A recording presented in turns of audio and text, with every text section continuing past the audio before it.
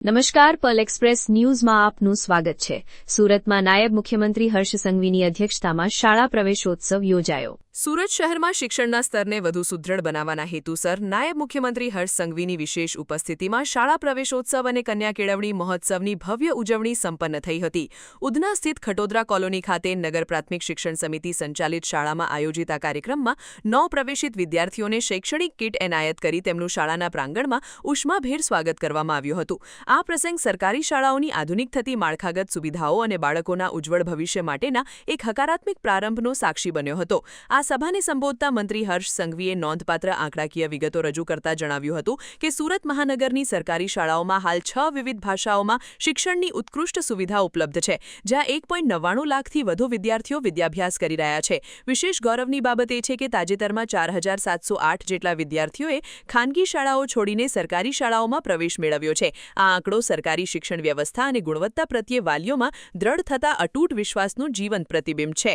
શિક્ષણ માટે આજે એમના એમ કહેવાય ને કે પહેલું પગલું જ્યારે માંડ્યું છે તો હું એમના પરિવારજનોને સૌથી પહેલા શુભકામનાઓ આપું છું અને બાળકોને 100% શુભકામનાઓ જોડે જોડે સૌ શિક્ષકોને શુભકામનાઓ આપું છું કે આપ સૌ લોકો સાથે મળીને જે બાળકો અને એમના પરિવારે વિશ્વાસ રાખીને એમના બાળકો તમને સોંપ્યા છે તેમનું ભવિષ્ય ઉજ્જવળ બનાવવા માટે પ્રયાસ કરશો।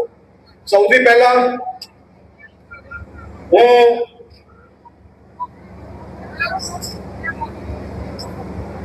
જિલ્લાના શિક્ષણ તંત્રને મહાનગરપાલિકાના આખા શિક્ષણ વિભાગને અભિનંદન આપવા માંગુ છું। અહીંયા બેઠેલા વાલીઓને કદાચ અંદાજો નહીં હશે, પણ આ દેશમાં સુરત એક માત્ર એવું શહેર છે જ્યાં સરકાર દ્વારા 6 માધ્યમોમાં શાળા ચાલુ કરવામાં આવી છે।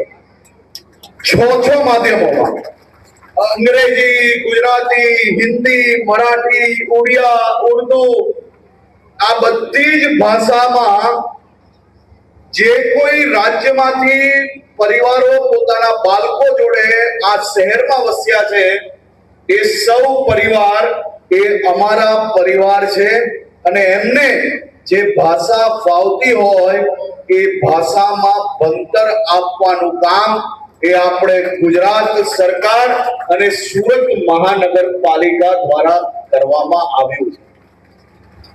આ સુરત શહેર એક ખૂબ મોટા દિલવાળું શહેર છે। સુરત જિલ્લાની અંદર 21,113 નવા વિદ્યાર્થીઓએ એડમિશન લયું છે। બાલવાટિકામાં 9,028 બાળકો એ આ સરકારી અલગ અલગ સ્કૂલોમાં ભણવા માટે નવો પ્રવેશ લીધો છે। ખૂબ જાણીને આનંદ થશે કે ખાનગી શાળાઓમાંથી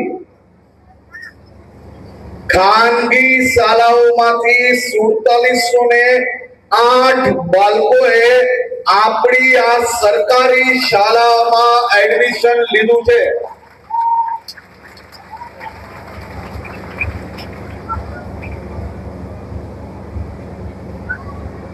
ખાનગી શાળામાંથી સરકારી શાળામાં આવનાર બાળકોનું ભવિષ્ય ઉજ્જવળ બનાવવાનું કામ એ હવે શાળાના શિક્ષકોની સૌથી મોટી જવાબદારી છે। આ હજારો લાખો પરિવારની આશા, સંપૂર્ણ વિશ્વાસ એ શાળાના શિક્ષકો પર હોય છે। હું મારી વાત આગળ વધારું તે પહેલા સૌ શિક્ષકોને 2 હાથ જોડીને વિનંતી કરું કે બાળકોને ભણતર એ રમતા રમતા હસતા હસતા શીખવાડવાનો પ્રયાસ કરવો। પુસ્તકોમાંથી ગોખાવીને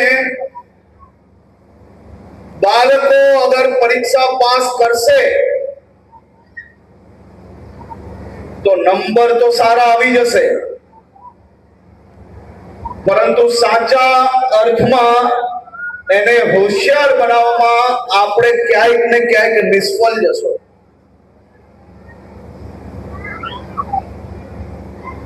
બાળકોને